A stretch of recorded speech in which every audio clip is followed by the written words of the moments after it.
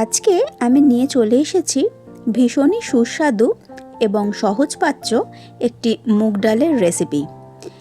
এই মুগ ডালটা আমি আজকে তৈরি করেছি লাউ আর উচ্ছে দিয়ে। তাহলে চলুন দেখে নেওয়া যাক আমার আজকের এই সিম্পল রেসিপিটি। নমস্কার, আমি জয়িতা আর আপনারা দেখছেন জয়িতার পাকশালা। এই ডালটা বানানোর জন্যে এখানে আমি বেশ কিছুটা পরিমাণ লাউ এরম ডুমো করে কেটে নিয়েছি, আর আমি এখানে গোল গোল করে কেটে নিয়েছি উচ্ছে। আর আমি এখানে ব্যবহার করব কিছুটা পরিমাণ আদা, আর আমি এখানে ব্যবহার করব কিছুটা টমেটো। এবার দেখুন, এখানে আমি 50 গ্রাম পরিমাণ সোনামুগ ডাল নিয়ে নিয়েছি। ডালগুলোকে কিন্তু আমি ভেজে নেব না। মুগের ডাল ভেজে নিয়ে রান্না করলে খেতে যদিও খুবই ভালো হয়, কিন্তু যাদের অ্যাসিডিটি বা গ্যাস্ট্রিকের প্রবলেম হয় তাদের কিন্তু হজম হতে একটু সমস্যা হয় বা হজম হতে চায় না। সেই জন্যে আজকে আমি এই ডালটা কাঁচা মুগ ডাল দিয়েই বানাবো। ডালটাকে একটা পাত্রের মধ্যে নিয়ে আমি খুব ভালো করে 2-3 বার জল পাল্টে পাল্টে ধুয়ে নিয়েছি। এদিকে আমি লাউ আর উচ্ছেগুলোকেও কিন্তু ভালো মতো ধুয়ে পরিষ্কার করে নিয়েছি। এখানে আমি একটা প্রেসার কুকার নিয়ে নিয়েছি। প্রেসার কুকারের মধ্যে আমি সমস্ত ডালটাকে ঢেলে দিয়েছি। দিয়ে আমি এর মধ্যে সামান্য পরিমাণ জল দিয়ে দিয়েছি। এবার এই ডালের মধ্যেই আমি একেবারে দিয়ে দিয়েছি লাউয়ের টুকরোগুলো। যেহেতু ডালটা আমি ভেজে নিইনি, কাঁচা ডালে ব্যবহার করছি, সেই জন্যে কিন্তু ডালটা সেদ্ধ হতে খুব একটা বেশি সময় লাগবে না। এবার আমি আরও 1 কাপ পরিমাণ জল এতে অ্যাড করে দিয়েছি, আর দিয়েছি 1/2 চামচ পরিমাণ নুন আর ছোটো চামচের 1 চামচ হলুদ গুঁড়ো।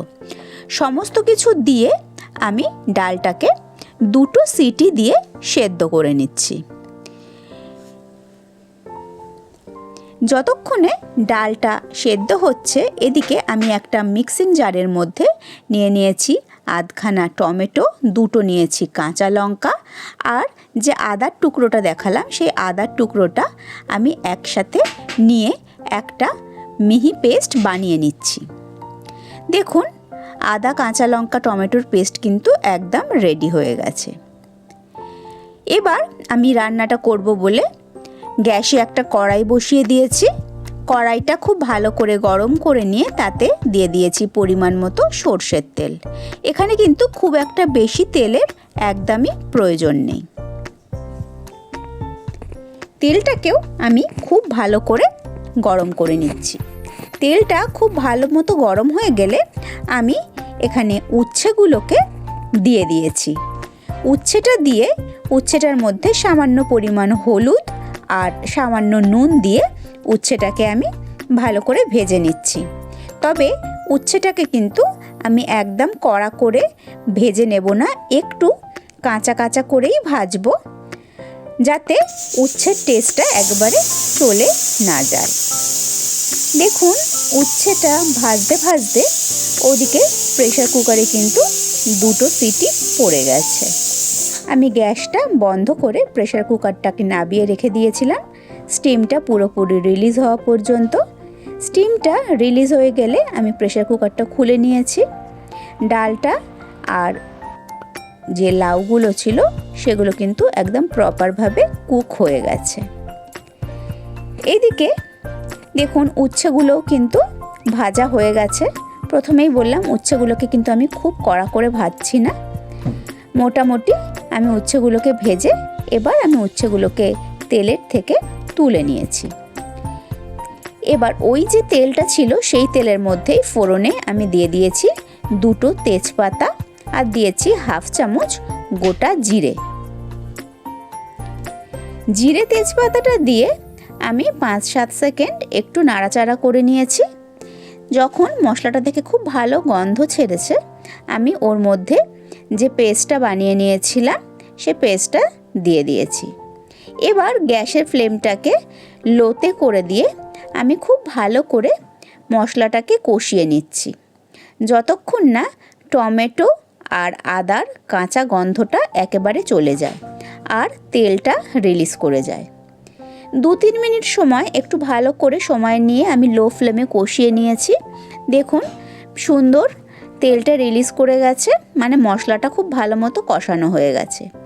এবার এই মশলার মধ্যে আমি সেদ্ধ করা ডালটা ঢেলে দিয়েছি।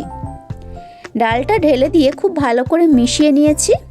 এবার প্রেসার কুকারটা ধুয়ে আমি আরও 1 কাপ পরিমাণ জল এতে অ্যাড করে দিয়েছি। আমি কিন্তু এখানে উষ্ণ গরম জল ব্যবহার করেছি।